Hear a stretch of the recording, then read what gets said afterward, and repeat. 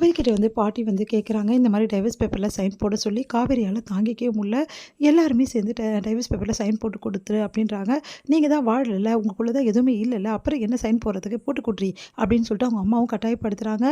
ஆனால் கங்கா மட்டும் வேணா காவேரி, சொன்னா கேளு, எதையும் அர்ஜென்ட் பட்டு எந்த முடிவுக்கும் வந்துடாதடி, விஜய் வரட்டும் பேசலாம் அப்படின்றாங்க. அதெல்லாம் ஒன்றும் பேச முடியாது, என் பேரனை பற்றி எனக்கு தெரியும், என் பேரனை எப்படி வழி கொண்டு வரணும் எனக்கு தெரியும்.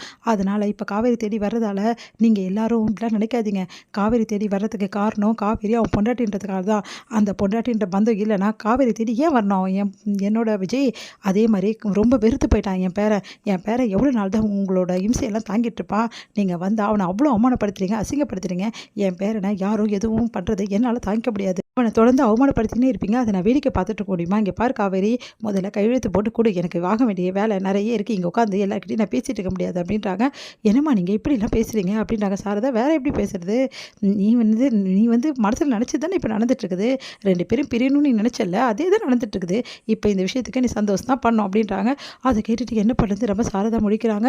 அடுத்து காவேரி பாட்டி உங்ககிட்ட கொஞ்சம் பேசணும் அப்படின்றாங்க. என்ன பேச போகிற காவேரி? எல்லாம் பேசியாச்சு, நீ கையெழுத்து போட்டு கொடுத்துட்டா நாங்கள் கிளம்புவோம். பாட்டி ப்ளீஸ் பாட்டி, எனக்கு கொஞ்சம் டைம் கொடுங்க, நான் கண்டிப்பாக கையெழுத்து போட்டு கொடுக்குறேன், ஆனால் எனக்கு கொஞ்சம் டைம் வேணும் ப்ளீஸ் பாட்டி அப்படின்றாங்க.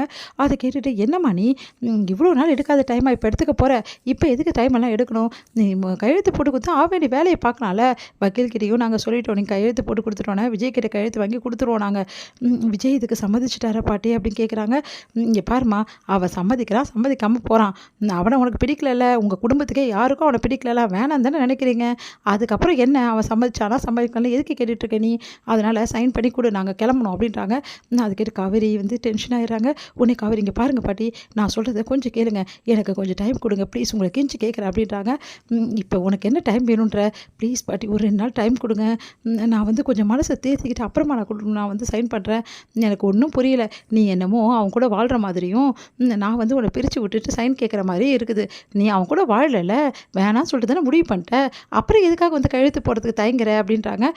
என்ன அவனை தொல்லை கொடுத்துக்கிட்டே இருக்கணும், அதுக்காக தான் இப்படி பண்ணுறா அப்படின்னு சொல்லிட்டு கூட சேர்ந்து ராதாவும் சொல்கிறாங்க. என் பொண்ணு ஒன்றும் அப்படிலாம் நினைக்கவே மாட்டா. காவேரி கையெழுத்து போட்டு குட்ரி அப்படின்றாங்க அவங்க அம்மா. அம்மா நீ கொஞ்சம் சும்மா இருக்கியாம்மா, அவள் எந்த முடிவாக இருந்தாலும் அவளே எடுக்கட்டும், நீ சும்மா இரு அப்படின்னு சொல்லிட்டு கங்கா சொல்கிறாங்க. உடனே காவேரி ப்ளீஸ் பாட்டி சொன்னால் கேளுங்க, எனக்கு ஒரு 2 நாள் டைம் கொடுங்க அப்படின்றாங்க. சரி காவேரி, நீ இவ்வளோ கேட்குறதால 2 நாள் மட்டும் டைம் கொடுக்குறேன், ஆனால் கையெழுத்து போட மாட்டேலாம் 2 நாள் கழிச்சுனா சொல்லக்கூடாது, கையெழுத்து போட்டு இங்கே வை, நான் வாங்கிக்கிறேன் அப்படி சொல்லிட்டு போகிறாங்க. அதை கேட்டுட்டு காவேரி என்ன பண்ணுறது திறமை தவிக்கிறாங்க. உடனே ரூமுக்கு போகிற காவேரி பயங்கரமாக கதறி அழறாங்க. எப்படி விஜய் நான் சைன் போடுவேன்?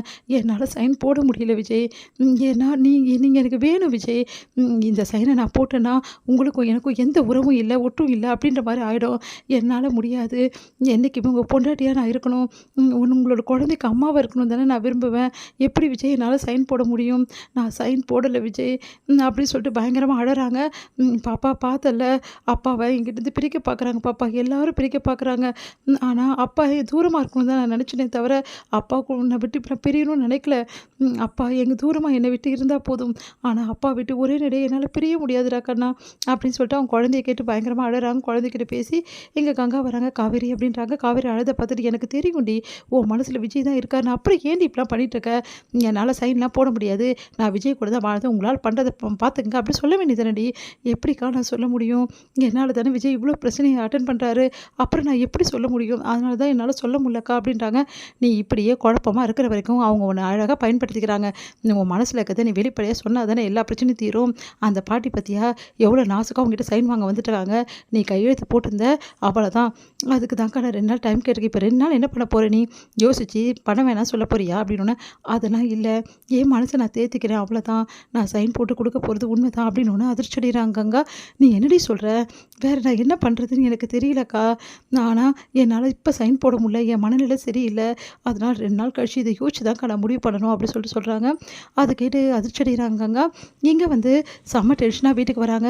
பாட்டியும் ராதாவும். அதை பார்த்து தாத்தா என்னாச்சுன்னு கேட்டோன்னா இந்த விஷயத்த சொல்கிறாங்க. அதான் நான் சொன்னேன்ல, ஏன் இப்படிலாம் பண்ணுறீங்க அப்படின்றாரு. இங்கே பாருங்கள், நீங்கள் அமைதியாக இருங்க, இந்த விஷயம் தலையிடாதீங்க, எப்படியும் காவேரி கிட்ட கையெழுத்து வாங்க விட மாட்டேன் அப்படின்றாங்க பாட்டி.